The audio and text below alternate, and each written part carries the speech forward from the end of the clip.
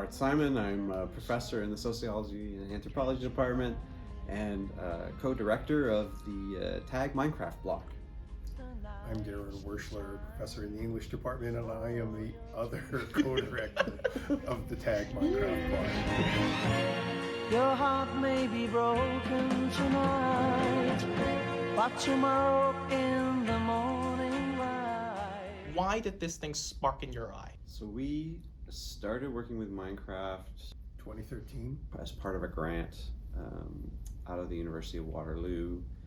We were interested in modding culture in general. I had never played Minecraft beyond the beta. I remember when it came out and I downloaded it and then I left it alone. One day I came up here because there was this whole group of students that were experimenting with the game in a very social way that I had never seen and I think is still kind of rare. It remains a mystery to me. You take the most successful video game in history and people always say the same things about it because nobody ever interacts with it in more than a kind of surface way. It's like, oh, it's good for architecture, it's good for simulation, it's good for educational projects, particularly with elementary school kids. Again, this is something that tends to get overlooked, but it always seemed richer to me than that we could use it to think about other things. You know, I was teaching an upper level video game studies class. I just kind of like threw the dice. I said to Bart, like, what happens if we just run the whole thing in Minecraft? It was crazy enough to try. We went to the lab for innovation and teaching and learning and said we need some seed money for this.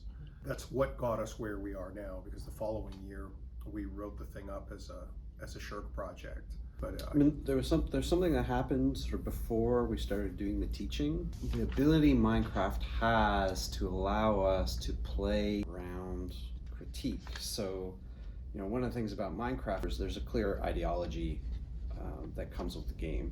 I mean, you arrive naked and alone in the wild, and you build civilization from scratch. You know, riffs around colonialism, industrialization, everything are already present in the game.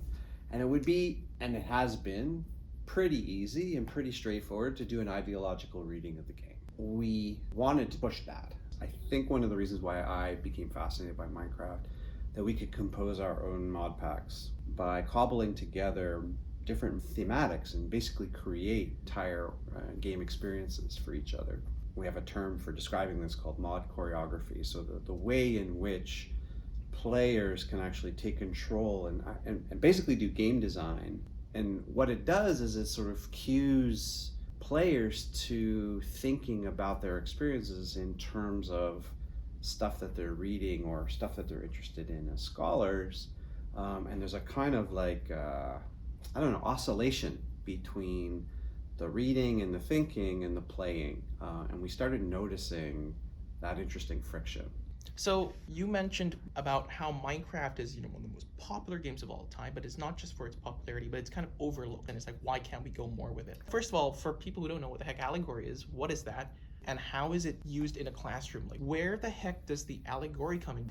Allegory is a very, very old critical form. You take a set of things that are written down and you use them to explain some other kind of more complex narrative in a sustained way. But when the moderns got a hold of it, they were interested in a way that you could use this to talk not about sacred things that are somehow invisible and beyond the world, but very material, like stuff that is right in front of you. Let's talk seriously about colonialism and discovery and settling and industrialization and resource extraction and all of that kind of stuff. But at the end of the day, that's the world that we have to kind of think our way out of.